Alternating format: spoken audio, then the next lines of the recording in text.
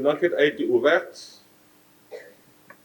basée sur cette dénonciation sous forme de plainte régulière et contre personne dénommée, à savoir le docteur Babacar Niang, propriétaire de Souma Assistance, copropriétaire même, je dirais, parce qu'il a su avec son épouse, et le docteur Cheikh Mbacké Madina, Cheikh Mbacké Madina Sey, médecin généraliste. Les plaignants ont été entendus, des témoins ont été entendus. L'un des mis en cause a été entendu, le docteur Cheikh Mbacké Madina Sey, et l'impératif d'entendre le docteur Babacar Niang était justifié par les nécessités d'enquête. Parce qu'il faut le préciser, être mis en cause ne veut pas forcément dire être coupable. L'enquête a ceci, je dirais, d'impartial, parce que c'est le prétexte ou l'occasion de permettre aux mises en cause de donner sa version objet des faits dénoncés et d'avoir l'occasion, judiciairement, dans le cadre d'une enquête régulière, de se disculper. Donc je disais tantôt que la plainte a été déposée le 18 mars. Les enquêteurs de la sûreté urbaine ont pris sur eux de convoquer le docteur Babacar Niang. Ce dernier a extirpé de son absence du ressort de la Cour d'appel de Dakar pour solliciter que son audition soit différée le lendemain, 19, requête à laquelle les enquêteurs ont accédé.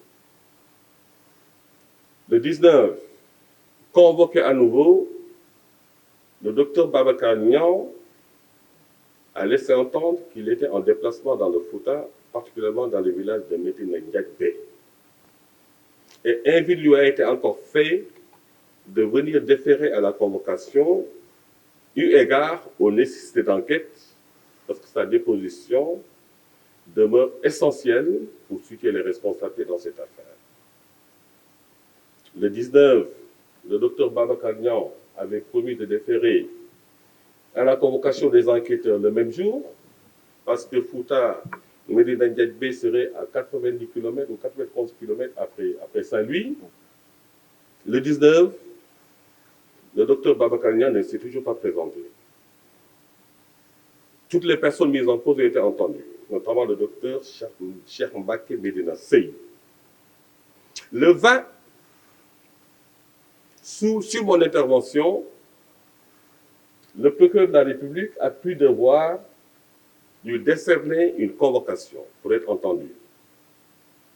18, 19, 20, 3 jours de suite, le docteur Babacar Niang, étant dans le territoire national, n'a pas daigné déférer à la convocation ou à l'invitation que les enquêteurs lui ont fait. C'est sous ce rapport qu'à la date du 21 mars, instruction a été donnée par mes soins, avec l'accord du procureur de la République, à la sûreté urbaine, de décerner un avis de recherche et d'interpellation par la sûreté urbaine. L'avis a été décerné, la réquisition a été faite par la sûreté urbaine, visée par le procureur de la République et transmis à la Légion Nord. C'est ce qui a permis aux éléments de la brigade de recherche de la Légion Nord, donc Saint-Louis, d'aller l'interpeller à 91 km de Saint-Louis dans un village qui s'appelle Médina Ndiagbé. Et c'est dans ces conditions, comme il a été déploré par ailleurs, que le docteur Niang a été mis en route pour son audition au niveau de la sûreté urbaine le lendemain 21, 22, je pense aux environs de 11 heures, parce qu'ils ont quitté au petit matin. Et tout ça, c'était pour renseigner l'opinion, comme quoi la justice demeure une exigence de tout état de droit. Et aucun citoyen, qui qu'il puisse être, de quelque bord qu'il se trouve, ne peut pas, pour quelque raison que ce soit, tenter de se soustraire à son action. Et donc, en tout état de droit, l'invite lui a été fait 2 ou 3 fois. L'attente a duré, eu égard à l'urgence que tout le monde connaît et que tout le monde partage, du 18 jusqu'au 22, il était impératif que les enquêteurs usent des moyens légaux que leur offre le Code de procédure pénale dans le cadre d'un état de droit pour le contraindre à venir déférer à leur convocation. Ce d'autant que, au niveau de sa clinique, les faits se sont passés. Et les faits se sont passés.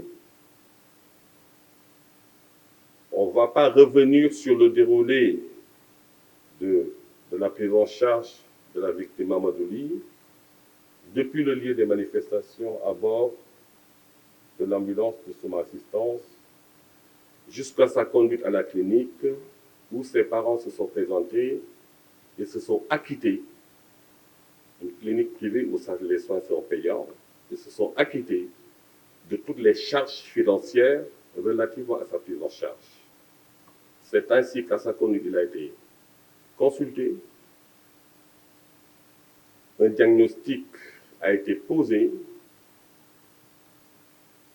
d'où il résultait qu'il a reçu une pierre au niveau de l'arcade sourcilière qui a fini par atteindre le crâne et le cerveau.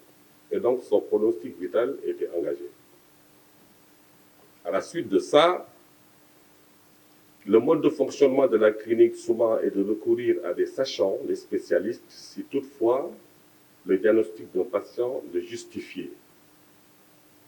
Ils ont indiqué à la famille de la victime qu'il était question qu'il soit évacué à l'hôpital principal séance tenante pour subir une intervention parce que son pronostic vital était engagé. L'autre alternative interne à la clinique a été qu'ils leur ont été conseillés de payer les honoraires et de faire appel à un sachant extérieur pour qu'il soit opéré dans les locaux de la clinique souvent. Et cela à 18 heures. La famille s'est acquittée des honoraires inhérents à l'opération envisagée et depuis 18 heures, la clinique a reçu d'autres patients qui apparemment ont été l'élément déclencheur de la négligence sur la victime Mamadouli. Mais en tout état de cause, l'enquête a pu établir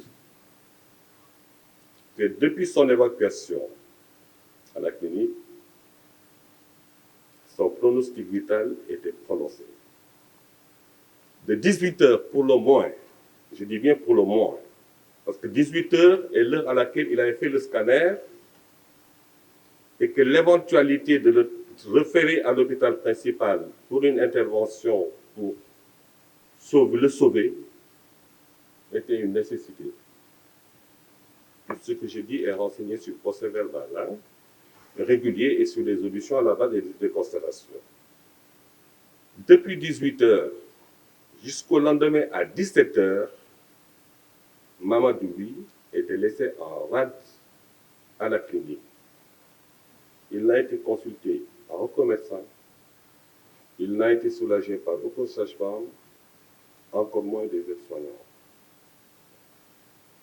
Se tordant de douleur, gémissant. Et c'est dans ces conditions que sa famille a exigé du corps médical que le patient leur soit restitué pour son évacuation à l'hôpital principal où il pourrait espérer lui sauver la vie. Et c'est donc sur forte insistance de sa famille que Mamadouli a été évacué à 17h, 18h le lendemain, soit à peu près de 24 heures, en direction de l'hôpital principal où, arrivé, le corps médical n'a pu que constater son décès. Il est aujourd'hui douloureux de le dire, et bien regrettable d'ailleurs, que même arrivé à l'hôpital principal, le corps médical qui s'était chargé de l'évacuer avait oublié son dossier médical à la clinique Souman. Et donc, une urgence de premier ordre principale qui a été référée ne disposait pas de son dossier médical. Ce qui est absolument, pour dire le moins, incompréhensible. Et c'est à la faveur d'échanges par message WhatsApp, je dis bien, que son dossier médical, qui était oublié à la clinique Souma, est parvenu donc à l'hôpital principal. Voilà brièvement ramassé le résumé de ce qu'il est convenu d'appeler l'affaire Dr Babacar Niang. Et c'est pour toutes ces raisons il n'a pas pu justifier des soins que sa structure aurait prodigués à la victime Mamadouli, malgré qu'ils se sont acquittés de tous les honoraires liés à sa prise en charge. Le docteur Babagnan, vous me direz, il était à Médine Diabé pendant ce moment. Comment peut-il avoir une quelconque responsabilité dans la mort de Mamadouli? Et ce qu'il faut savoir, c'est le mode de fonctionnement de la clinique. Toutes les décisions, je dis bien toutes les décisions en termes de priorité de prise en charge sont dictées par le docteur Babacar Niang qui en est l'administrateur. Et c'est donc au bénéfice de tout ça que des poursuites sont engagées et sous le respect des nécessités d'enquête, de la présomption d'innocence et du secret de l'enquête, je dirais, le secret de l'enquête et de l'instruction, je m'en tiens à ces considérations. Et c'est donc au bénéfice de tous ces éléments que le procureur de la République, sous l'autorité du procureur général, enfin le parquet de manière générale, dans son ensemble qui est indivisible, a estimé devoir engager des poursuites. Déjà, une mesure de garde à vue a été prononcée à son encontre, et il a estimé devoir engager des poursuites contre le docteur Babacar Niang, le docteur Cheikh Mbacké Medina Sey, pour des faits d'homicide involontaire, de non-assistance à personne en danger, de mise en danger de la vie d'autrui, dont serait victime Mamadouli. Il faut préciser à ce stade que la clinique Souma, étant une SARL, Société à responsabilité limitée, dont, avec deux associés que sont le docteur Babacar Niang et son épouse Madame Saïda Berthe, donc cette clinique Souma, en tant que structure privée, est installée dans les poursuites. Et le dossier fera l'objet d'une information judiciaire dont le traitement, à partir de ce moment, relèvera de la compétence d'un juge d'instruction qui sera incessamment saisi. Alors, sur ce dossier, voilà les éléments d'éclaircissement ou d'information que je voulais porter à l'attention de l'opinion nationale et internationale. Cela étant dit, le parquet poursuit sur la base de présomptions graves et concordantes. Il restera au juge d'instruction en toute indépendance et dans la limite de toutes les prérogatives en matière d'instruction que lui offre le Code de procédure pénale, l'article 71 du Code de procédure pénale, le juge d'instruction prend tous les actes qu'il estime nécessaires à la manifestation de la vérité dans le sens d'une instruction à charge et à décharge de nous éclairer sur cette affaire.